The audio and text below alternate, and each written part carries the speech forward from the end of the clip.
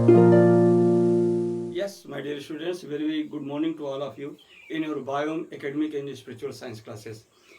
तो मेरे क्लास 12 के pre students, Hindi medium English medium के प्यारे प्यारे विद्यार्थियों, आज अभी हम लोग जो है पोस्ट फर्टिलाइजेशन इवेंट में हम लोगों ने डबल फर्टिलाइजेशन को देख लिया और इसके बाद development of endosperm and embryo को देख लिया, इंडोस्पर्म का विकास और एम्ब्रियो का विकास कैसे होता है ये देख लिया।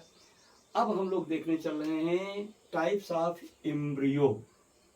एम्ब्रियो कितने प्रकार के होते हैं ये देखना है। तो जरा आप याद कीजिए, जब भी आपको एंजियोस्पर्म के बारे में बताया गया होगा, आवृत्तिबीजी पौधों के बारे में बताया गया होगा, क्लासिफिकेशन किया गया होगा, तो वहां पर ये बताते समय ये जरूर बताया गया होगा कि एंजियोस्पर्म दो प्रकार के होते हैं। इनको दो कैटेगरी में डिवाइड किया गया है, एक है मोनोकोटिलीडन, एक है डाइकोटिलीडन। तो आप पूछते रहे होंगे या बच्चे अक्सर पूछते हैं, सर ये मोनोकोटिलीडन डाइकोटिलीडन क्या है? तो वहां पर सर बड़े ब्रीफ में ये बता देते होंगे, हाँ बेटा ऐसा ऐसा प्लांट जिसका एम्ब्रियो में जो है एक ही मोनोकोटिलीडन डेवलप होता है और उसको मोनोकोटिलीडन कहते हैं, और जिसमें कोटिलीडन दो लोब में डेवलप होता है उसको डाइकोटिलीडन कहते हैं। तो आपके समझ में ये बात आ रही होगी, नहीं आ रही होगी, लेकिन आपको धन्यवाद कि आपने तब तक प्रतीक्षा किया जब तक कि आपकी बात पूरी पूरी समझ में नहीं आ जाए। तो बेटा वो घड़ी वो समय आज आ गया जब हम अच्छी तरह समझ लें कि वास्तव में मोनोकोटिलीडन एम्ब्रियो और डाइकोटिलीडन एम्ब्रियो होता क्या है, और इसी के नाम के आधार पर, बच्चे के नाम के आधार पर बाप दादा का नाम पड़ा, यानी इस एम्ब्रियो के आधार पर उस प्लांट का, एंजियोस्पर्मिक प्लांट का नॉमेनक्लेचर ही कर दिया गया। तो धन्य है वो बच्चे जिसके आधार पर उनके बाप दादा का नाम होता है, धन्य है वो बच्चे जिनके आधार पर उनकी मम्मी पापा जाने जाते हैं। तो my dear students, I wish to all of you, you also be in such type of students through what your parents could be known with name of you। आपके पेरेंट्स भी आपके नाम से जाने जाएं, इसकी शुभकामना हम देते हैं आपको। तो यहाँ पे बेटा ध्यान रखिए, यहाँ पे ध्यान रखिए, यहाँ पे आप देखिए ये मोनोकोटिलीडन, मोनोकोटिलीडन का ये एम्ब्रियो है और ये डाइकोटिलीडन का एम्ब्रियो है। तो होता क्या है, जब एम्ब्रियो डेवलपमेंट शुरू होता है, एम्ब्रियोजेनी शुरू होती है, तो आपको बताया गया कि एम्ब्रियोजेनी डाइकोटिलीडन मोनोकोटिलीडन की एम्ब्रियोजेनी इनिशियल स्टेज में तो सिमिलर होती है, एक जैसी होती है, लेकिन जब इसमें कोटिलीडन्स का फॉर्मेशन होने लगता है तब क्या होते हैं, एक दूसरे से डिफ्रेंशिएट हो जाते हैं। तो ऐसे प्लांट्स जिनमें एक ही कोटिलीडन डेवलप होता है उसको मोनोकोटिलीडन एंजियोस्पर्म कहा जाता है, और जिसमें दो कोटिलीडन डेवलप होते हैं उनको डाइकोटिलीडनस एम्ब्रियो या एंजियोस्पर्म कहा जाता है। आइए अब जाइए हम जरा मोनोकोटिलीडन की तरफ जो है रुख करें, और उतना जितना हमारी एनसीईआरटी में बताया गया है। माय डियर स्टूडेंट्स, मैं बार बार कह रहा हूं कि आपको एमएससी वगैरह लेने की कोई जरूरत नहीं है। 100 बार अपनी एनसीईआरटी के लाइन टू लाइन आप पढ़िए, केवल उसी पे फोकस कीजिए, उतना ही जानिए जितना आपकी एनसीईआरटी में है, क्योंकि जो कुछ आपसे पूछा जाएगा उसी में से पूछा जाएगा। इससे ब्रॉड जानने की कोई जरूरत नहीं है। अगर आप ब्रॉड जा रहे हैं तो आप अननेसेसरी ओवरबर्डन को अपने ऊपर जो है थोप रहे हैं, ठीक है? तो आप जानिए, और मैं एनसीईआरटी में से भी जो क्रीम लाइन है उसको निकाल रहा हूं, आपको रिप्रेजेंट कर रहा हूं। जो अननेसेसरी पॉइंट्स हैं उससे हम आपको दूर कर रहे हैं। दूर क्या करने का मतलब, उन चीज़ों को मैं आइसोलेट कर रहा हूं या अवॉइड कर रहा हूं, जैसे जो प्रीपोजिशन है, is, am, are, what, where, ये सब, इन सब चीज़ों को नेग्लेक्ट कर रहा हूं। मोरओवर जो क्रीम पॉइंट है वो आपके लिए मैं सर्व कर रहा हूं, ठीक है, शेयर कर रहा हूं। तो मान लीजिए ये आपका मोनोकोटिलीडन का एम्ब्रियो है, जरा इसके बारे में जानिए। तो एम्ब्रियो है क्या बेटा, ध्यान रखना, ये जितना रेड वाला पोर्शन है, ये जितना रेड वाला पोर्शन है, यही रेड वाला पोर्शन क्या है, ये मेन एम्ब्रियो है, ठीक है, यही एम्ब्रियो है। अब इसमें देखिए, इस एम्ब्रियो का ये जो नीचे वाला पोर्शन है, ये सभी टिश्यूज के कैसे होंगे, पैरेंकाइमेटिक या क्या होते हैं, मेरिस्टेमेटिक नेचर के होते हैं। तो इसके नीचे वाला जो पोर्शन है, इसमें से ये पोर्शन मेरिस्टेमेटिक रह जाता है और जिसके ऊपर वाला पोर्शन क्या होता है वो परमानेंट हो जाता है। ठीक है, तो ये वाला पोर्शन आपका जो है रेडिकल या मूलांकुर है, इसी से रूट का फॉर्मेशन होता है। ठीक है, और इसके बाद ये ऊपर वाला जो पोर्शन देख रहे हैं ये जो है ये आपका जो है कोलेप्टाइल या ये प्लीम्यूल है, और यहाँ पर ये सूट एपेक्स यानी प्लीम्यूल का क्या है एपेक्स है, जिसको क्या कहते हैं सूट एपेक्स या प्ररोह शीर्ष कहते हैं। अब ध्यान रखिएगा, ये जो आपका सूट एपेक्स है और ये जो रूट रेडिकल वाला पोर्शन है, इसके बीच से ही वन साइड में लेटरल प्रोजेक्शन निकला हुआ है, यही बेटा कॉटिलीडन है। मोनोकॉटिलीडन प्लांट में एक बीजपत्री भ्रूण में ये जो साइड का लेटरल पोर्शन निकला हुआ है, यही आपका जो है क्या है, यही आपका कॉटिलीडन है। क्योंकि एक ही कॉटिलीडन डेवलप हुआ है, इसीलिए इसको मोनोकॉटिलीडन कहा जाता है, एम्ब्रियो, मोनोकॉटिलीडनस एम्ब्रियो। लेकिन ध्यान रखिएगा, यहां साइड से भी ये कॉटिलीडन 2 पार्ट्स में होने के लिए प्रयास किया है, लेकिन हो नहीं पाया है। इसी को इपीब्लास्ट या अधिकोरक कहते हैं। तो ये क्या है, ये इनकम्प्लीट कॉटिलीडन है जो फुल्ली डेवलप नहीं हो पाता, केवल एक साइड का लेटरल कॉटिलीडन ही डेवलप होता है। ये क्या होता है, ये जो है स्कोटलम कहलाता है। ध्यान रखिएगा, तो होता क्या है, ये जो मेन एक्सिस है ये जो अपने सहायक एसेसरी टिश्यू के द्वारा कवर्ड होते हैं। तो ये पोर्शन, ये रेड वाला पोर्शन जो मेरिस्टेमेटिक टिश्यू का है, और ये साइड का टिश्यू पोर्शन जो पैरेन्काइमेटस टिश्यू है, इससे बन करके ये क्या करते हैं, स्कोटलम बनता है। मोनोकॉटिलीडन में स्कोटलम को ही मोनोकॉटिलीडन भी कहा जाता है। सेकंड साइड का, दूसरे साइड का जो कॉटिलीडन फुल्ली डेवलप नहीं हो पाता है, रूडिमेंट्री रह जाता है, इसे हम इपीब्लास्ट या अधिकोरक कहते हैं। ठीक है, अब ध्यान रखिएगा, ये जो प्लीम्यूल है, ये जो प्लीम्यूल है, और ये जो प्लीम्यूल का शीर्ष है, हेड है, suit of apex, suit apex, यही क्या है, यही पोर्शन प्लीम्यूल है यानी मूलांकुर है। ये मूलांकुर क्या होता है, एक प्रकार के लीफी स्ट्रक्चर सीथ से घिरा होता है, जो ग्रीन कलर के यहाँ शो हो रहा है। इसको क्या कहते हैं, कोलेप्टाइल यानी प्रांकुर चोल, प्रांकुर को ढकने वाला एक आवरण, ये प्रांकुर चोल है। और जरा नीचे आइए, अब यही पोर्शन नीचे आकर के क्या करता है, एक ओवर अनडिफरेंशिएटेड टिश्यू का ये पोर्शन क्या होता है, जो इसको क्या करता है, कवर करता है। ये जो कवर कर रहा है, किसको कवर कर रहा है, ये रेडिकल को कवर कर रहा है और रूट कैप को कवर कर रहा है। ये पोर्शन जो है कोलियोराइजा कहलाता है।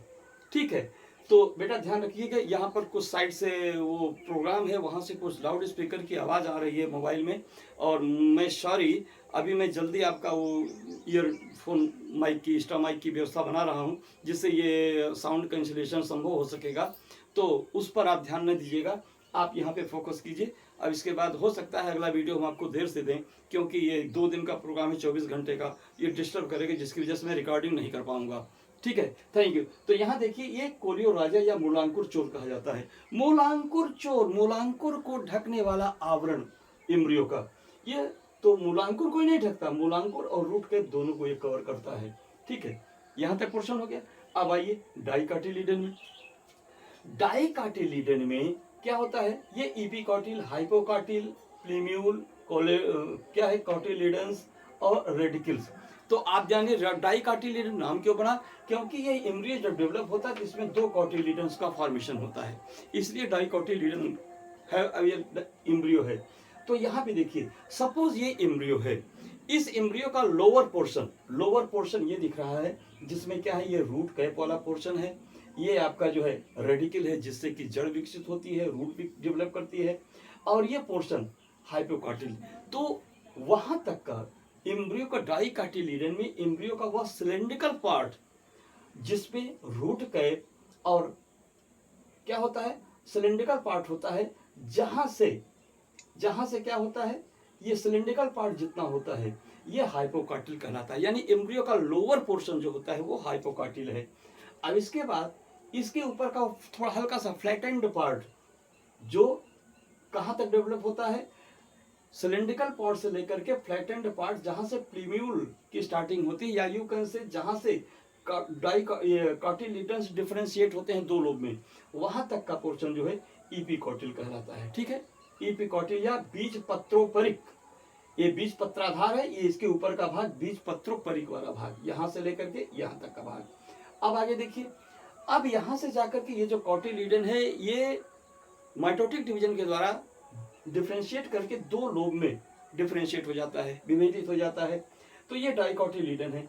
और ध्यान रखिएगा, डाइकोटिलीडन का दोनों लोब जहां से डिफ्रेंशिएट होता है वहां पे कुछ मेरिस्टेमेटिक टिश्यू पड़े रह जाते हैं डॉर्मेंसी फेज में, यानी प्रसुप्तावस्था में। जब इनको फेवरेबल कंडीशन मिलेगा, यानी प्रॉपर वाटर मिल जाएगा, ऑक्सीजन मिल जाएगा, न्यूट्रिशन मिल जाएगा, टेम्परेचर मिल जाएगा, ये जर्मिनेट करना शुरू कर देते हैं।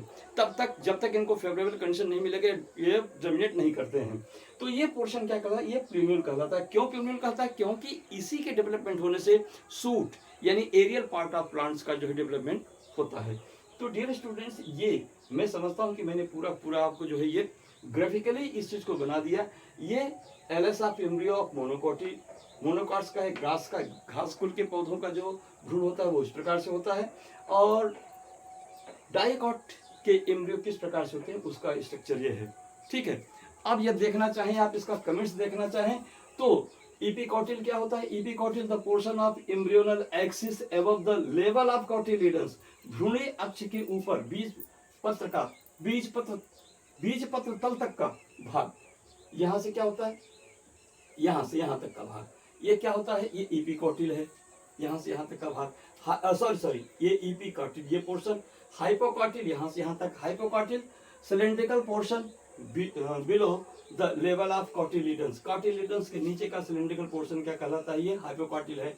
स्कोटलम क्या है, मोनोकॉटिलीडन्स में portion of cotyledons towards lateral side of embryonal axis, ये जो एम्ब्रियोनल एक्सिस है, इस एम्ब्रियोनल एक्सिस के लेटरल साइड में ये जो डेवलप्ड कॉटिलीडन का पार्ट है, ये क्या कहलाता है, ये स्कोटलम कहलाता है।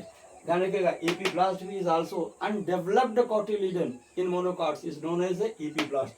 सेकंड थिंग क्या है, ये कोलेप्टाइल क्या है, प्रांकुर चोर, जो प्रांकुर को, जो प्लूम्यूल को कवर करे, लीफी थिन मेम्ब्रेनस स्ट्रक्चर, पर्निल खोखली, जो पत्ती वाली अवस्था हो, जो घेरा है, जो आवरण है, इसी को कोलेप्टाइल कहते हैं। यू कैन से, ये जो ग्रीन पोर्शन है, जो लीफी लाइक पत्ती की तरह रचना है, पतली है, महीन है, यही क्या है, ये कोलेप्टाइल है।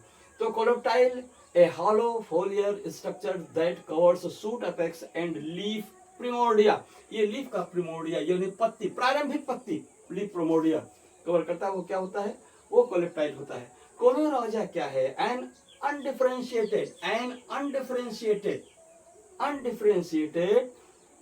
क्या, sheath that covers radicle and root cap, ठीक है, at lower end of embryonal axis के लोअर पोर्शन पर, ये क्या होता है, कोलियोराइजा कहलाता है।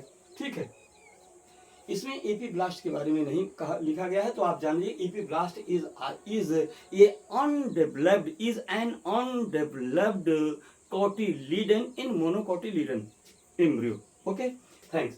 तो डियर स्टूडेंट्स, इतना पढ़ने के बाद, और अब हम आपको जो है इतना आप इसको नोट कर लीजिए। इसके आगे के बाद अब हम लोग क्या करेंगे कि सीड क्या है, फ्रूट्स क्या हैं, ठीक है, ये maturation of ovule, seed, pistil, ovary, ये सब इतना बनने के बाद अब तक क्या होता है, पिस्टिल के बहुत सारी चीज़ें जो है वो ड्राई अप होकर के डिसेक्ट हो जाते हैं, बाहर फ्री हो जाते हैं, डिसेक्ट हो जाते हैं, उस ओवरी बची रह जाती है। ओवरी ही क्या होता है, ओवरी जा करके जो है फ्रूट में कन्वर्ट होता है। ओवरी वाल फ्रूट का पेरिकार्प बना लेता है, पेरिकार्प, मेसोकार्प, इंडोकार्प ये बना लेता है। जो न्यूसेलस है, न्यूसेलस यानी ओव्यूल है, ओव्यूल का जो लेयर है वो टेस्टा आउटर वॉल टेस्टा, इनर वॉल टेगमा, इस प्रकार से बन करके एंडोस्पर्म से युक्त सीड क्या होगा, एम्ब्रियो को कवर करते हुए क्या हो जाएगा, वो सीड में डेवलप हो जाता है। ये सब बातें हम लोग अभी जस्ट आगे करने वाले हैं। थैंक यू डियर स्टूडेंट, आज की थैंक यू। इसको आप स्क्रीनशॉट ले लीजिए और नोट्स बनाते रहिए, बराबर लगे रहिए, पढ़ते रहिए मन लगा करके। Thank you my dear students, very very good morning to all of you. तो डियर स्टूडेंट्स, अभी हम लोग जो है इसके पहले वाले चैनल में हम लोगों ने इसके पहले वाले टॉपिक पर हम लोग चर्चा कर रहे थे। अब हम लोग क्या काम कर रहे हैं, डबल पोस्ट फर्टिलाइजेशन इवेंट्स में डबल फर्टिलाइजेशन हो गया, इंडोडर्म और एम्ब्रियो का डेवलपमेंट हो गया। अब आज हम लोग अब देख रहे हैं कि maturation of ovule into seeds and ovary into fruits कैसे होता है। यानी आफ्टर फर्टिलाइजेशन जो ये आपका पिस्टिल है उसका फेट क्या है, उसका फ्यूचर क्या है, वो क्या होती है, how it matures and in which thing it converts, in which part it converts. तो यहाँ पे अगर हम इस चीज को देखें तो यहाँ देखिए ये आपका स्टिग्मा है, ठीक, ये स्टिग्मा सॉरी ये पूरा आपका पिस्टिल है। इस पिस्टिल में ये आपका स्टिग्मा, स्टाइल और ये ओवरी। ध्यान रखिएगा ओवरी जो है कई पार्ट से मिलकर बनता है। ओवरी केवल कोई एक स्ट्रक्चर नहीं है। ओवरी में ये जो इसका फूले हुए स्वालन पार्ट्स का जो आउटर पार्ट है ये कार्पेल कहलाता है। इसके अंदर का जो स्पेस होता है वो लॉक्यूल कहलाता है, जिसको आप क्या कहते हैं, कक्ष या चैम्बर भी कहते हैं। और इसमें ये जो पोर्शन है, ये जो टिश्यू वाला सेगमेंट है, यही ओव्यूल है, ओव्यूल या बीजांड जिसको कहते हैं, ठीक है। ये नीचे ये थैलेमस है, ये उसका पेडिसिल है। ये जो रेड कलर से डॉटेड पोर्शन दिख रहा है ये पेटल के को इंडिकेट करता है। पेटल माने दल, पेटल के ग्रुप को हम कैलिक्स कहते हैं, ये हम जान चुके हैं। और ये सेपल है, सेपल के ग्रुप को हम कैलिक्स कहते हैं, इसके ग्रुप को कोरोला कहते हैं, इसके ग्रुप को सेपल कहते हैं। इतनी बात हम लोग जान चुके हैं। अब यहाँ पे देखना है कि जब ये फर्टिलाइजेशन कंप्लीट हो जाता है तो इसके बाद क्या होता है। इसके बाद धीरे धीरे ये जो स्टिग्मा, स्टाइल, ये जो आपका स्टोमेन है, ये जो आपका पेटल है, all this dried up and detached from the pistil. ये सभी सूख जाते हैं और सूख करके इस पिस्टिल से पृथक हो जाते हैं। बचता क्या है, बचेगा केवल ये ओवरी, ओवरी के बाद ये थैलेमस और ये पेडिसिल, ठीक है। तो यहाँ ध्यान रखिएगा अब किससे क्या बनेगा। तो यहाँ ध्यान रखिएगा एक एक पार्ट को जो है क्लियर करने का प्रयास किया गया है। ये आपका ओवरी या अंडाशय है, ये आपकी ओवरी है, और ये जो है आउटर पोर्शन ये ओवरी की वॉल है, ठीक है, अंडाशय भित्ति। ये आपका ओव्यूल है, बीजांड जिसे आप कहते हैं। ये अंदर जो ब्लू कलर का पार्ट दिख रहा है ये आपका न्यूक्लियस या बीजांडकाय है। न्यूक्लियस को कवर करने वाली ये इनर मेम्ब्रेन, इनर इंटुगमेंट है, अंतः अध्यावरण, और ये बाहर वाला इंटुगमेंट है, बाह्य अध्यावरण। ये आपका न्यूक्लियस का क्या है, चलाजा है, और ये माइक्रोपाइल है। माइक्रोपाइल माने बीजांड द्वार, ठीक है। तो ये आपका सेपल है, और ये आपका थैलेमस, ये पेडिसिल। ये सब किस में मॉडिफाई होंगे, किस में कन्वर्ट होकर क्या बनाएंगे, ये चीज हम लोगों को देखना है, ठीक है। तो आइए देखते हैं क्या होता है। आफ्टर मैच्योरेशन या सिंगेमी इन पिस्टिल, जायंग के परिपक्वन पर क्या होता है, व्हाट हैपेंस, इसके बाद क्या होता है। जो होता है उसका आंसर नीचे ही दिया गया है। क्या होगा, ये जो stamen, petals, stigma, style etcetera जो के भी हैं, ये ड्राइड अप एंड डिटैच, सूख कर गिर जाते हैं। ये जो ओवरी या अंडाशय है ये फ्रूट में कन्वर्ट हो जाता है। कैसा फ्रूट, सत्य फल, ट्रू फ्रूट बनेगा। और ये जो ओवरी की वाल है, अंडाशय की भित्ति, ये फ्रूट कॉर्प बनाती है, फल की भित्ति बनाती है। कौन सी भित्ति बनाएगी, ओवरी वाल के नेचर के आधार पर फ्रूट कार्प बनते हैं। कौन कौन से बन सकते हैं, सबसे बाहर वाला पेरिकार्प, बाह्य फल भित्ति, बीच वाली मध्य फल भित्ति या मीजोकार्प, और सबसे अंदर वाली अंतः फल भित्ति या इंडोकार्प। मैंगो के फ्रूट में, मैंगो में हम तीन लोगों को देखते हैं, जो छिलका हम लोग खाने से पहले छिलते हैं वो पेरिकार्प होता है, बीच वाला जो मीजोकार्प होता है उसी को हम लोग खाते हैं, और अंत में जो इंडोकार्प होता है जिसको कुसुली कहते हैं पी, उसी को क्या करते हैं, उसको थ्रो आउट कर देते हैं या फिर से रिप्लांट करते हैं, ये होता है। अब ये जो ओव्यूल है, ये देखिए ये पूरा पोर्शन, ये जो ओव्यूल है, यह ओव्यूल बीजांड यही सीड में कन्वर्ट होता है, ठीक है। और इस ओव्यूल के चारों तरफ ये जो माइक्रोपाइल को छोड़ करके ये जो बाहर का इंटीग्यूमेंट है, ये जो अंदर का इंटीग्यूमेंट है, ये अंतः अध्यावरण, बाह्य अध्यावरण, यह क्या करते हैं, ये सीड कोड का फॉर्मेशन करते हैं, सीड कोड। तो जो इनर वाला होता है, इनर वाला अंतः अध्यावरण, ये जो है टेगमा कहलाता है, और जो बाहर का इंटीग्यूमेंट होता है वो टेस्टा का फॉर्मेशन करता है। और जो जर्मपोर होता है माइक्रोपाइल, यही माइक्रोपाइल सीड में जाकर के जर्मपोर अंकुरण छिद्र का निर्माण करता है। रूडिमेंट्री में पड़ा रहता है। ये जो जर्मपोर है, यह जब इसको पर्याप्त मात्रा में पानी, ऑक्सीजन मिल जाता है और सुटेबल टेम्परेचर होता है, तब क्या करता है, इस वाटर और ऑक्सीजन को एब्जॉर्ब करके यह सीड एक्टिव हो जाता है। एक्टिव होकर के फिर क्या काम करेगा, ये फिर से जर्मिनेट करता है। But temperature is essential factor. इन सब के साथ साथ टेम्परेचर का ऑप्टिमम होना भी बहुत जरूरी होता है, ठीक है। अब आइए देखिए सेपल का क्या होता है। Sepal generally dried and detached after fertilization. Fertilization में दोनों फर्टिलाइजेशन शामिल है, आप किसी एक के बारे में चिंता मत कीजिएगा। तो आफ्टर फर्टिलाइजेशन क्या होता है, जनरली ये जो सेपल्स होते हैं ये मोर ओवर फ्लावर्स में सूख करके गिर जाते हैं, यानी ड्राइड एंड डिटैच्ड। लेकिन ऑकेजनली कभी कभी रिमेन्स अटैच्ड, कभी कभी ये क्या होते हैं, ये फल के साथ लगे रह जाते हैं। और कौन कौन से फल हैं, ये आपका ब्रिंजल है, चिली है और टोमेटो है, बैगन, मिर्चा और टमाटर। आप देखते होंगे इसमें ये लगा ही रह जाता है। अब आगे देखिए थैलमस का क्या होगा, तेरा क्या होगा रे मोटू। तो थैलमस क्या करता है, थैलमस जो है ट्रू फ्रूट्स में, जो ट्रू फ्रूट्स बनते हैं, ट्रू फ्रूट्स में ये डिजनरेट हो जाता है, ये अवघटित होकर के क्षरित हो जाता है, ये डिजनरेट हो जाता है। लेकिन फॉल्स फ्रूट में यही जो थैलमस है ये क्या करता है, ये स्वेल्ड अप हो जाता है, फूल करके क्या करता है, फल का निर्माण करता है।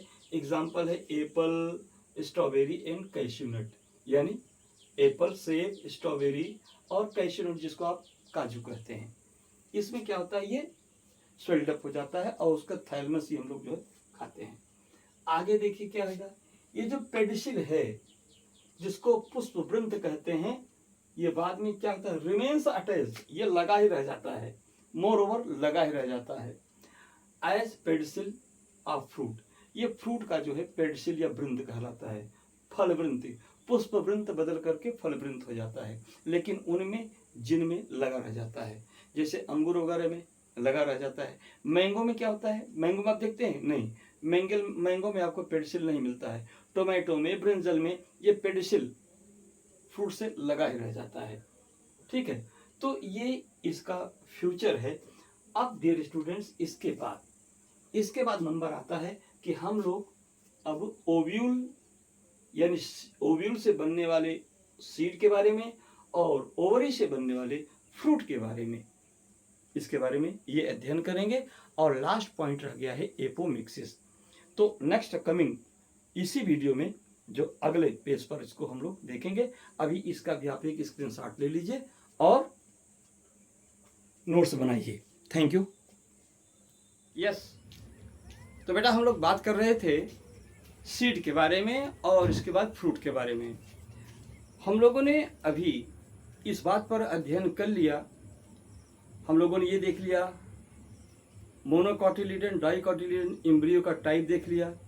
एम्ब्रियो के टाइप को देखने के बाद फिर अभी हम लोगों ने ये भी देखा कि ये जो सीड होता है पिस्टिल मेच्योर होने के बाद कौन कौन सा पार्ट पिस्टिल से डिसेक्ट आउट हो जाता है और कौन कौन सा पार्ट मॉडिफाई होकर के फ्रूट में कन्वर्ट हो जाता है, ये हम लोगों ने देखा।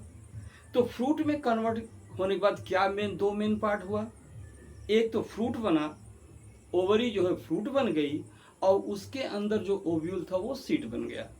ठीक है, अब जो सीड बना जरा उसके बारे में हम लोग पहले देख लें, उसके क्या कैरेक्टरिस्टिक फीचर हैं, उसके क्या महत्वपूर्ण लक्षण हैं। इसके जानकारी के बाद फिर हम लोग जो फ्रूट के बारे में देखेंगे, और लास्ट में हम लोग एपोमिक्सिस और एपोमिक्स के बारे में जानकारी लेंगे। डियर स्टूडेंट्स, मैं विवश हूँ, काफ़ी देर तक प्रतीक्षा करने के बाद ये बारातियों की वजह से, ये रामायणियों की वजह से जीना हराम हो गया है। मैं कब दूं आपको वीडियो, तो साइड से कुछ साउंड आ रहा होगा, उसके लिए मुझे खेद है, मैं क्षमा चाहूँगा, क्योंकि हमारे बस में नहीं है उनको रोकना। हमारे बस में है माइक को लेकर के कैंसिलेशन, माइक को लेकर के रिकॉर्ड करना, लेकिन फिलहाल मैं रिस्क ले रहा हूँ जिससे कि आप बात को सुन सकते हैं। तो अभी कुछ प्रॉब्लम है जिसकी वजह से 1-2 दिन के बाद या 1 हफ्ते में उसकी व्यवस्था हो जाएगी, और फिर जो है हर चीज़ इम्प्रूव कर जाएगी। Thank you. तो डियर स्टूडेंट्स, अब हम लोग क्या देखेंगे सीड के बारे में।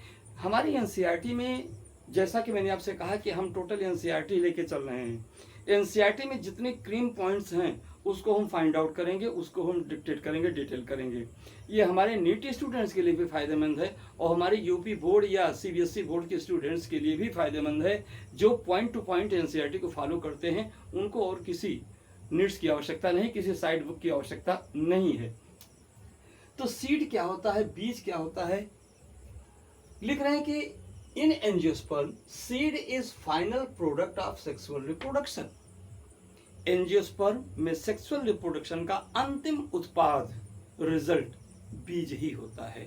सेक्सुअल रिप्रोडक्शन होता ही इसीलिए है एंजियोस्पर्म में, सीड के फॉर्मेशन के लिए। ठीक, दूसरी चीज, सीड की दूसरी खासियत क्या है, a seed typically consist of seed quotes, cotyledons and embryonal axis.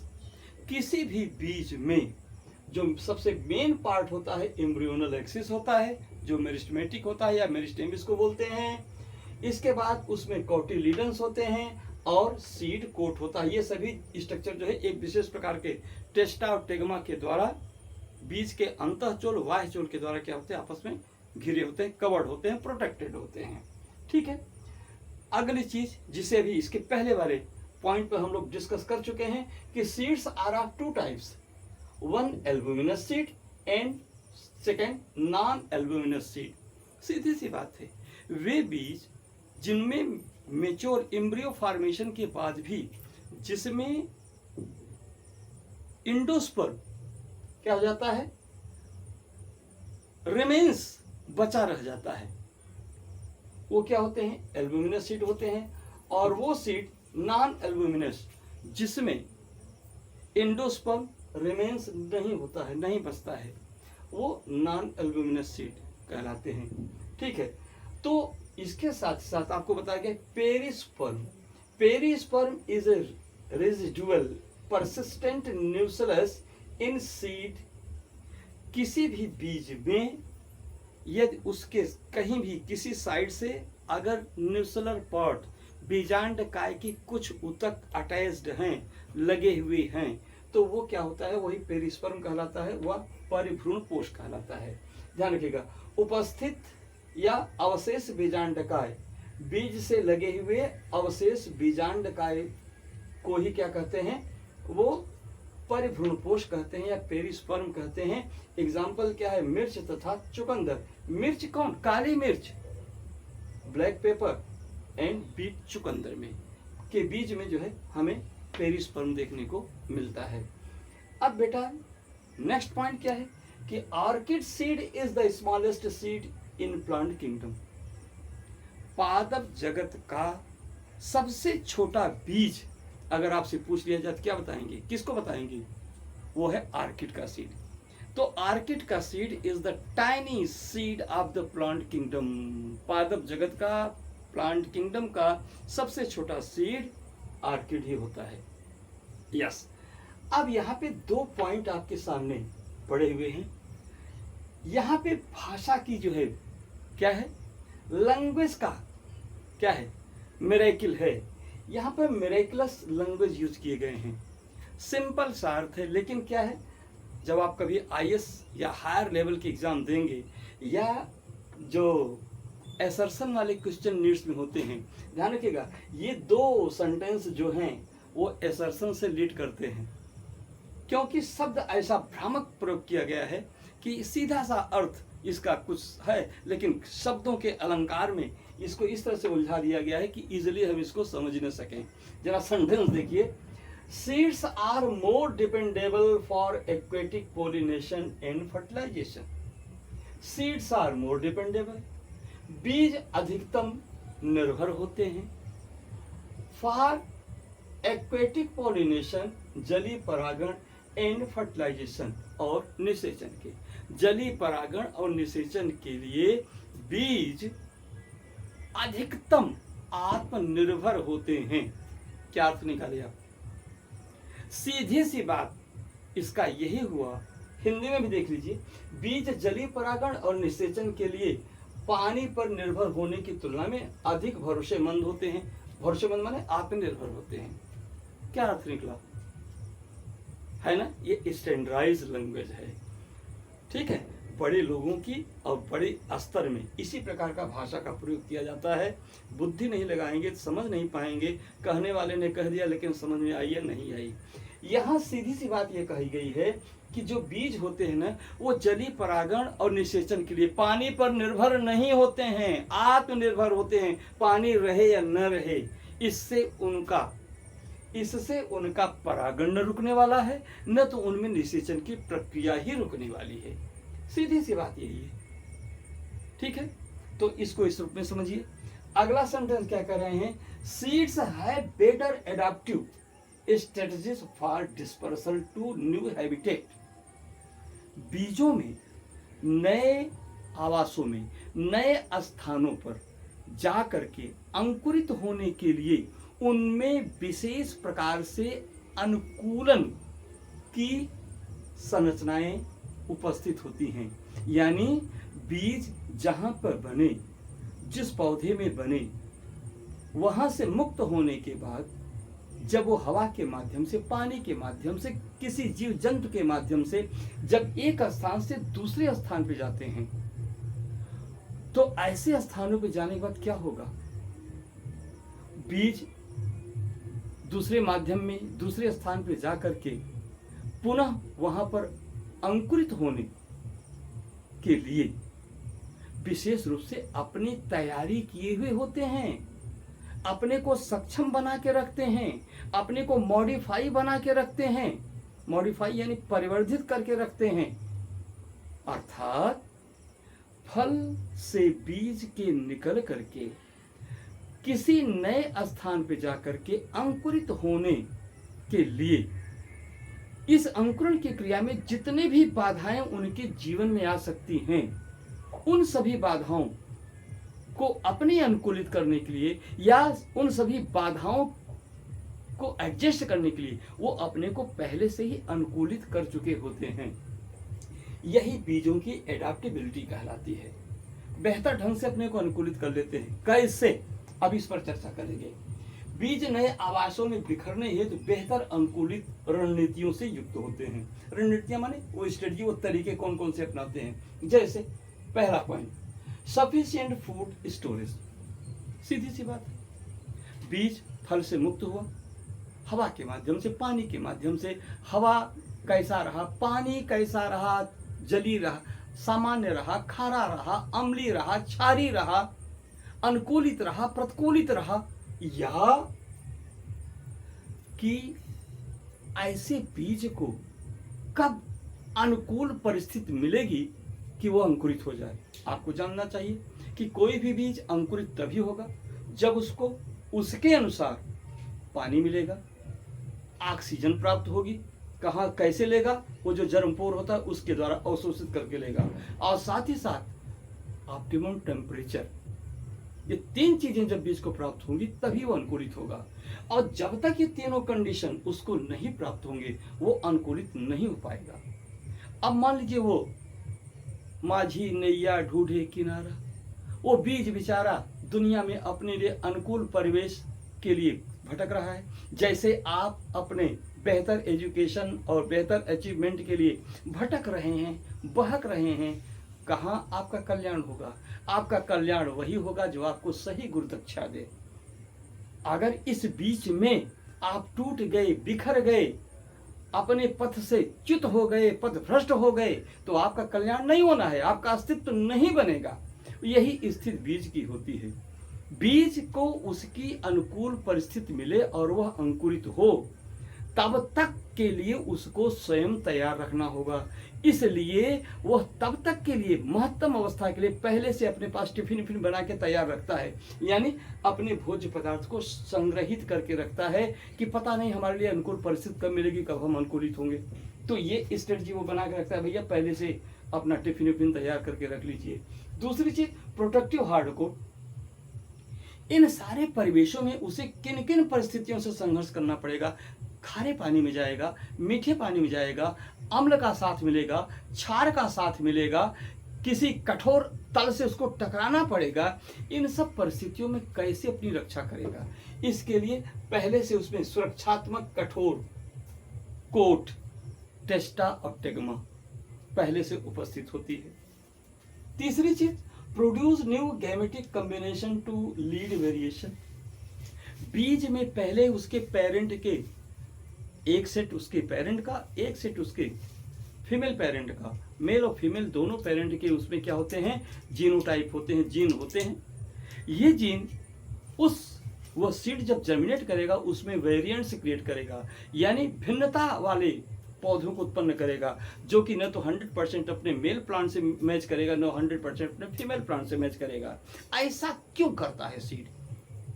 Seed इसलिए करता है कि वेरिएशन के द्वारा, भिन्नता के द्वारा, कम ही सही किंतु ये चांसेस, संभावनाएं होती हैं कि वह जो बीज है वह प्रतिकूल परिस्थितियों को अपने अनुकूल करने में अपने को ज्यादा ही समायोजित, एडॉप्ट कर लेगा।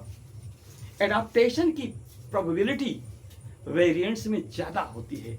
टू एडजस्ट एडवर्स सिचुएशन, प्रतिकूल परिस्थितियों के अनुसार अपने को अनुकूलित करने की क्षमता वेरिएंट्स में ज्यादा होती है। इसीलिए सीड क्या करते हैं, वेरिएंट्स को प्रोड्यूस करते हैं। ये बात यहां कही गई, यानी उस प्रतिकूल परिस्थिति से भी अपने को सेव करने के लिए वो वेरिएंट्स क्रिएट करता है, ये भी इसमें अनुकूलता है। दूसरी चीज, भैया आप क्या करते हैं, सपोज आपको एक टिफिन दे दिया जाए, आपको जाना है मुंबई, 2 रात बितानी पड़ सकती है, 24 घंटे की जगह 48 घंटे लग सकते हैं। अब आप एक टिफिन अगर लेके गए तो क्या होगा, एक टिफिन अगर ले गए, 2 चपाती और सब्जी लेके आप चले गए तो क्या होगा, पता लगा 100 किलोमीटर जाते ही आपको भूख लग गई, 1500 किलोमीटर आपको जाना है, फिर क्या होगा, आप कैसे अपने को एडजस्ट करेंगे, आप कैसे अपने को एडजस्ट करेंगे कि जो है 4 चपाती में आप पूरा मुंबई पहुंच जाए और आपके बीच में कहीं भी कोई लंच नाश्ता नहीं मिलना है। सपोज आप ही सीड हैं और आप अपने जर्मिनेशन प्लेस के लिए मूव कर रहे हैं, तो क्या करेंगे आप क्या करते हैं, जब आपको कोई विकल्प नहीं है, क्या वो खाना एक ही बार में खा जाएंगे? नहीं, आप उसी खाने को और उसी एक बोतल पानी को पूरे रास्ते भर थोड़ा थोड़ा करके खाएंगे, जिससे कि आप भूख से व्याकुल न हो सकें और आपके शरीर में ऊर्जा हो जाए और चुपचाप शांत एक जगह बैठ जाएंगे। भूख लगेगी, एक कोल्ड खा के एक घुट पानी पी लिए, फिर गए। इसी प्रकार से किसी भी सीड में जो भी फूड स्टोरेज होता है वह उनके डॉर्मेंसी, उनके जर्मिनेशन टाइम तक उनकी ऊर्जा शेष बची रहे। इस अपने उस एनर्जी को सेव करने के लिए प्लांट्स के सीड क्या करते हैं, डॉर्मेंट, प्रसुप्तावस्था में चले जाते हैं, यानी मिनिमम अपनी एनर्जी का मिनिमम यूज करते हैं। Dormancy stage is the stage in which any plant, seed, livings use minimum energy of their body, they minimizes their metabolic rate, अपनी उपापचयी प्रक्रिया को एकदम मिनिमम कर देते हैं, जिसके द्वारा क्या होता है, उनमें जो स्टोरेज एनर्जी है वो मिनिमम एक्सपेंस होती है, कंज्यूम होती है, और उनकी वियाबिलिटी, उनके जिंदा बने रहने की क्षमता लॉन्ग ड्यूरेशन तक बनी रह जाती है। तो सीड ये एडाप्टेबिलिटी को, इस प्रकार की स्ट्रेटजी को अडॉप्ट करते हैं, डॉर्मेंसी को अडॉप्ट करते हैं, जिससे कि उनमें कम से कम ऊर्जा में भी अधिक से अधिक दिन तक वो जिंदा रह सकें। अब अगला पॉइंट, हम ये सारी ये स्ट्रेटजीज हैं जो सीड आप अडॉप्ट करते हैं, अपने पास रखते हैं अपने को प्रोटेक्ट करने के लिए। अब बात आई वियाबिलिटी शब्द क्या है, वियाबिलिटी ऑफ सीड। तो viability of seed is the state और condition of being alive between dispersal to germination of seed. फल से बीज के निकल करके प्रकेंडित, बिखरने से लेकर के पुनः अंकुरित होने के बीच जिंदा बने रहने की जो बीजों की क्षमता होती है, उसी क्षमता को ही सीड वियाबिलिटी कहा जाता है। सीड वियाबिलिटी, जीवन क्षमता। ठीक है, अब यह वियाबिलिटी क्या होता है, तो यहाँ पे कुछ थोड़ा सा डाटा दिया गया। 2 डाटा एनसीईआरटी से है और 2 डाटा मैंने गूगल से आपके लिए सर्च किया है ये जानने के लिए। तो यहाँ पर क्या था, यहाँ पर आर्कटिक क्षेत्र में वहाँ के महाराजा के महल की चतुर्दिक खुदाई हो रही थी। खुदाई में एक सीड प्राप्त हुआ, लिविंग सीड, एक जीवित बीज प्राप्त हुआ जो ल्यूपिन का था, जिसका बोटेनिकल नेम ल्यूपिनस आर्कटिकस है। तो ल्यूपिनस आर्कटिकस, ल्यूपिन के सीड की वियाबिलिटी वैज्ञानिकों ने 10,000 ईयर आकलित किया। तो कहने का मतलब क्या हुआ, अगर कहा जाए तो प्लांट किंगडम का सबसे ओल्डेस्ट सीड यह क्या होता है, ल्यूपिनस आर्कटिकस का है, जिसकी जीवन क्षमता 10,000 साल आंकी गई है, जो अभी जिंदा है और जिसको सीड बैंक में स्टोर करके रखा गया है। यानी जब चाहे इसको फिर से हम इस एक्सटिंक्ट स्पीसीज को हम रियलाइव करा सकते हैं। दूसरा है डेड पाम, जिसे आप खजूर कहते हैं, जिसका बोटेनिकल नाम है फोनिक्स डेक्टाइलीफेरा, फोनिक्स डेक्टाइलीफेरा, खजूर। इसकी वियाबिलिटी को 2000 ईयर आंका गया है। ठीक है, इसको 2000 ईयर एस्टिमेटेड किया गया है कि इसका डेड पॉम का, खजूर के बीज की जो है जीवन क्षमता इतनी होती है। और बेटा प्लांट किंगडम में सबसे कम जीवन क्षमता वाला जो सीड होता है वो ऑक्सैलिस का होता है। ऑक्सैलिस जिसे आप खट्टी बूटी कहते हैं, इसकी जीवन क्षमता मात्र कुछ दिनों की होती है। ऑक्सैलिस का नाम याद आ रहा है, ऑक्सैलिस की चर्चा कहीं और हुई है, इसी लेसन में ऑक्सैलिस की चर्चा कहीं और हो रही, याद आ रहा है। Yes, oxalis is the plant that have both cleistogamous and chasmogamous flowers. Oxalis, pansy and camellia, ये ऐसे प्लांट्स हैं जिसमें ब्लूमिंग यानी चेस्मोगैमस और क्लिस्टोगैमस दोनों प्रकार के फ्लावर होते हैं। तो आज तीसरा पॉइंट, ऑक्सैलिस का सीड क्या होता है, प्लांट किंगडम का सबसे कम लाइफ वियाबिलिटी वाला सीड होता है। इसके बाद लोटस, जिसे आप कमल कहते हैं, जिसका बोटेनिकल नाम है नेलम्बो लूसीफेरा। नेलम्बो लूसीफेरा की वियाबिलिटी, इसके सीड की वियाबिलिटी 400 to 2000 ईयर्स कैलकुलेट की गई है। ठीक है, तो डियर स्टूडेंट्स, अब यहाँ तक जानने के बाद इसका आप एक स्क्रीनशॉट लेंगे। ठीक है, और वीडियो को कायदे से देख करके बराबर नोट बनाएंगे।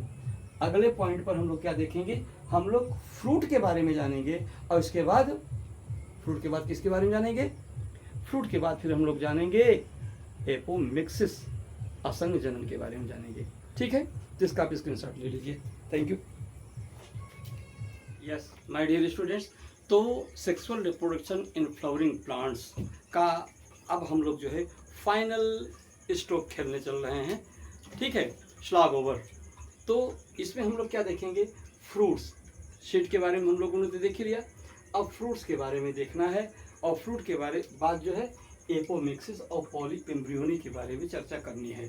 ठीक है, तो ये जो फ्रूट्स या फल क्या होते हैं dear students, fertilize ovary develops into fruit. जो ओवरी होती है, अगर उसमें निषेचन पूर्ण हो जाए, निषेचन कंप्लीट हो जाए, तो ओवरी ही क्या होती है, फ्रूट बना लेती है, और ऐसा फ्रूट बनाती है जिसको ट्रू फ्रूट कहते हैं। ट्रू फ्रूट इसका मतलब क्या है? फॉल्स फ्रूट भी होता है क्या? यस। तो ध्यान रखिएगा, fruits developed from ovary are true fruits. ऐसे फ्रूट्स जो ओवरी से डेवलप होते हैं वो ट्रू फ्रूट कहलाते हैं। While the fruits developed from thalamus are known as false fruit. जबकि ऐसे फल जो थैलेमस से डेवलप करते हैं वो फॉल्स फ्रूट कहलाते हैं। ठीक है, पूछा जाता है एग्जामिनर अक्सर थियरी में नहीं तो प्रैक्टिकल में वाइवा के रूप में पूछता जरूर है। कई साल ऐसा देखा गया है, वाइवा पूछता है। तो ध्यान रखिएगा, ये दूसरी चीज जान लीजिए, आर्किड जो कि एक एपीफाइट्स है। एपीफाइट्स का मतलब क्या होता है? अधिपादप। अधिपादप माने कि किसी प्लांट के ऊपर ग्रो तो करता है लेकिन इंडिपेंडेंट होता है, अपने न्यूट्रिशन के लिए वो फुल्ली इंडिपेंडेंट होता है, केवल शेल्टर लेता है प्लांट से। तो ऐसे प्लांट्स को एक ऑर्किड कहते हैं। तो आर्किड और ओरोबैंगी तथा स्टाइगा जो कि पैरासिटिक प्लांट है, इसके फ्रूट में थाउजेंड्स टाइनी सीड्स होते हैं, हजारों सूक्ष्म बीज होते हैं। ठीक है, ये भी पूछ सकता है। अच्छा, अब अगर फ्रूट्स के टाइप की हम चर्चा करें तो अभी भी हमने पढ़ा कि फॉल्स फ्रूट वो होता है जो फ्लावर के थैलेमस के डेवलप होने से होता है, जैसे कि एप्पल, स्ट्रॉबेरी, कैश्यू नट या काजू। ठीक है, दूसरा है ट्रू फ्रूट्स जो कि मैंगो है, जो कि ओवरी से डेवलप करता है। तो ट्रू फ्रूट्स में ये ट्रू फ्रूट्स फ्लेशी भी होते हैं, मांसल होते हैं, जैसे गुआवा, ऑरेंज या मैंगो है, या ये ड्राई भी होता है जैसे ग्राउंड नट और मस्टर्ड है। ठीक है, इसके अलावा कुछ फ्रूट्स ऐसे होते हैं जो ओवरी में एग के विदाउट फर्टिलाइजेशन के भी वो तैयार हो जाते हैं। ऐसे फ्रूट्स को पार्थिनोकार्पिक फ्रूट कहा जाता है। Parthenocarpic fruits are fruit without fertilization. Without fertilization, बिना निषेचन के बनने वाले जो फल होते हैं वो पार्थिनोकार्पिक फ्रूट कहलाते हैं। और स्वाभाविक है, जब निषेचन हुआ ही नहीं तो उसमें सीड भी नहीं बनेगा, अर्थात ऐसे पार्थिनोकार्पिक फ्रूट्स जो है वो सीडलेस भी होते हैं। एग्जाम्पल क्या है? बनाना, ग्रेप्स और साइट्रस में जो इसमें बीज होता है वो फर्टिलाइज फ्रूट होते हैं, जिसमें सीड नहीं होता है। बिना सीड वाले ग्रेप्स हुए, बिना सीड वाले ऑरेंज हुआ, लेमन हुआ, ये सब क्या होते हैं? ये पार्थिनोकार्पिक फ्रूट होते हैं, जो स्पेशली आर्टिफिशियली इनको जो है बनाया जाता है इस तरह से। अब लास्ट कंडीशन है विविपेरस फ्रूट। तो विविपेरस फ्रूट्स क्या है? The fruit that falls in germinated stage. अपने ब्रांच पर लगे लगे ही ऐसे फ्रूट क्या होते हैं? जर्मिनेशन शुरू कर देते हैं, और जर्मिनेटिंग स्टेज में क्या होते हैं? वो अपने ब्रांच से डिटैच्ड होते हैं और नीचे फॉल डाउन कर जाते हैं। ऐसे सीड को विविपेरस फ्रूट्स कहा जाता है। ध्यान रखिएगा, विविपेरस फ्रूट्स में जो है ऐसे फ्रूट्स कहाँ मिलते हैं आपको? मैंग्रो फ्रूट्स कहलाते हैं। मैंग्रो प्लांट्स में जो है ऐसे फ्रूट्स मिलते हैं, इसलिए ऐसे फ्रूट को मैंग्रो फ्रूट्स भी कहा जाता है। जैसे देखिए, सोनारेसिया कैसियोलेरिस जिसको हम मैंग्रो एप्पल भी कहते हैं, ज़ाइलोकार्पस ग्रेनेटम, इसके बाद सोनारेसिया अल्बा, ब्रुगेरिया जिम्नोरिया, सोनारेसिया अल्बा, ब्रुगेरिया जिम्नोरिया और नेपा फ्रूटिकेंस, जिसको नेपा पाम भी कहते हैं। ये सभी क्या हैं? ये विविपेरस फ्रूट्स हैं, और साथ ही साथ ये विविपेरस या मैंग्रो प्लांट्स के एग्जाम्पल भी हैं। तो डियर स्टूडेंट्स, फ्रूट्स के जानने के बाद अब जानने की बारी है एपोमिक्सिस क्या है। ध्यान रखिएगा, अभी तक हम लोगों ने जो सेक्सुअल रिप्रोडक्शन सिंगेमी पढ़ा वो क्या है? इसके लिए एक टर्म यूज होता है एम्फीमिक्सिस। एम्फीमिक्सिस के बगैर, अगर एम्फीमिक्सिस नहीं हो रहा है तो विदाउट एम्फीमिक्सिस में क्या होता है? लास्ट रिजल्ट सीड का मिलता है। लेकिन एम्फीमिक्सिस न हो, फर्टिलाइजेशन न हो, विदाउट फर्टिलाइजेशन अगर सीड पैदा हो जाए तो इसको क्या कहते हैं? एपोमिक्सिस कहते हैं। It's also a type of reproduction. इस टर्म एपोमिक्सिस को विंकलर ने 1908 में दिया कि the formation of seed without fertilization is known as apomixis. ठीक है, apomixis is a special mechanism to produce seed without fertilization. बिना निषेचन के बीज निर्माण की तकनीक को ही असंग जनन कहते हैं। इसके लिए जो टर्म एपोमिक्सिस है यह विंकलर ने 1908 में दिया। ठीक है, दूसरी खासियत क्या होती है इसमें, क्या होता है कि इस प्रकार का जो नेचुरल जो एपोमिक्सिस होती है नेचुरली प्लांट में, वो एस्ट्रेसी और ग्रासेस फैमिली के प्लांट में होती है। घास कुल के और एस्ट्रेसी कुल के पौधों में इस प्रकार का एपोमिक्सिस टाइप का जो है सीड फॉर्मेशन होता है, बट विदाउट फर्टिलाइजेशन। इसमें क्या होता है, जो न्यूक्लियर सेल होते हैं, बीजांडकाय की कोशिकाएं, डिप्लॉयड कोशिकाएं होती हैं, वही कोशिकाएं ही क्या होती हैं, डायरेक्ट सीड में कन्वर्ट हो जाती हैं। और एपोमिक्सिस से बनने वाले सीड को एपोमिक्स कहा जाता है। ठीक है, अगली चीज जानिए कि apomixis is A form of asexual reproduction that mimics sexual reproduction. इस पर क्वेश्चन अक्सर पूछा जाता है, इसको प्रमाणित करके सिद्ध करके बताइए। तो ध्यान रखिएगा, एपोमिक्सिस क्या होता है, प्रक्रिया तो प्रोसेस तो एसेक्सुअल रिप्रोडक्शन का होता है, यानी उसमें न तो गैमेट फॉर्मेशन होता है न तो उसका फ्यूजन होता है। ठीक है, लेकिन रिजल्ट सेक्सुअल रिप्रोडक्शन का मिलता है। तो ऐसी प्रक्रिया जिसमें रिजल्ट सेक्सुअल रिप्रोडक्शन के मिले और प्रोसेस एसेक्सुअल रिप्रोडक्शन का हो, तो कहा जाएगा, यही कहा जाएगा ना कि भाई एक ऐसा प्रोसेस है जिसमें एक ऐसा एसेक्सुअल प्रोसेस है, क्योंकि फर्टिलाइजेशन नहीं होता, गैमेट फॉर्मेशन नहीं होता, तो ये एक एसेक्सुअल रिप्रोडक्शन जैसा है, लेकिन ये परिणाम सेक्सुअल रिप्रोडक्शन का देता है, अर्थात सीड बनाता है। ठीक है, तो इसलिए इसको कहा जाता है कि it is a form of asexual reproduction that mimics sexual reproduction. असंग जनन एक अलिंगी जनन है जो लिंगी जनन की नकल करता है। ठीक है, परिणाम लिंगी जनन का देता है, प्रक्रिया अलिंगी जनन का करता है। ठीक है, अगला चीज पॉइंट ध्यान रखिएगा, इसका इंपॉर्टेंस क्या है। आजकल मोर ओवर इस तकनीक का प्रयोग जो है हॉर्टिकल्चर में किया जा रहा है। Apomix maintains their vigour generation to generation.